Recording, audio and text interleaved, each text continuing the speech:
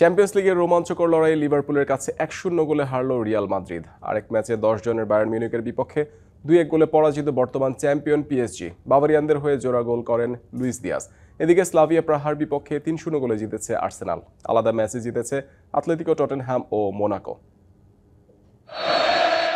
সাম্প্রতিক পারফরম্যান্সে রিয়াল ও লিভারপুলের মাঝে পার্থক্য বিস্তর। যদিও অ্যানফিল্ড মানেই অলরেডদের জন্য আত্মবিশ্বাসের রসদ। লাল দুর্গে অতীতের মতো এই ম্যাচেও আধিপত্য স্বাগতিকদের। আসরের সবচেয়ে সফল দল রিয়াল যেন অগ্নি পরীক্ষা দিতেই ব্যস্ত লিভারপুলের মাঠে। অলরেডদের আক্রমণের সামনে দুর্ভেদ্য প্রাচীর হয়েছিলেন রিয়াল গোলকিপার থিবো কর্তোয়া। প্রথমার্ধে দৃঢ়তার সাথে রিয়ালের জাল অক্ষত রাখতে পারলেও দ্বিতীয়ার্ধে তার দেয়ালে চির ধরে। ম্যাকালিস্টারের হেড গ্যালারিতে প্রাণের সঞ্চার করে। অলরেডদের উচ্ছ্বাস সমর্থকরা মাতি তোলেন অ্যানফিল্ড। রিয়াল ম্যাচে ফেরার চেষ্টা করেও ব্যর্থ। উল্টো শেষ দিকে হারের ব্যবধান বাড়তে দেননি কর্তোয়া। অসাধারণ এই জয়ে অতীতের সব হতাশা মুছে ঘুরে দাঁড়ানোর জোরালো বার্তা দিল লিভারপুল।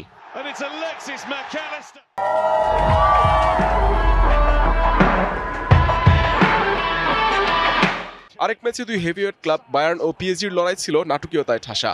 লুইস দিয়াজ বাভারিয়ানদের জয়ের নায়ক। পার্ক দ্য প্রাসে শুরুতেই স্বাগতিক গ্যালারি স্তব্ধ দিয়াজের লক্ষ্যভেদে।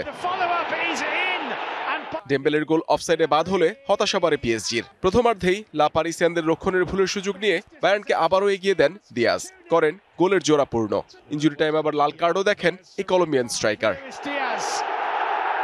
10 জনের বায়ার্ন দ্বিতীয়ার্ধে রক্ষণ সামলাতে ব্যস্ত। 74 মিনিটে জোয়াও নেভেসের সৌজন্যে ম্যাচে ফেরার লাইফলাইন পায় পিএসজি।